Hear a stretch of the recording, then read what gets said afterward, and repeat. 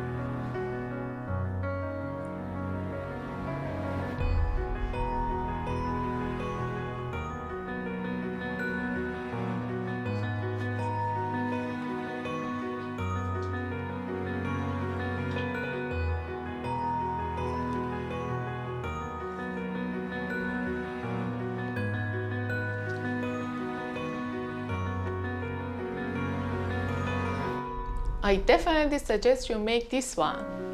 It's so delicious. Let's call it a day, guys. See you in the next video and have fun.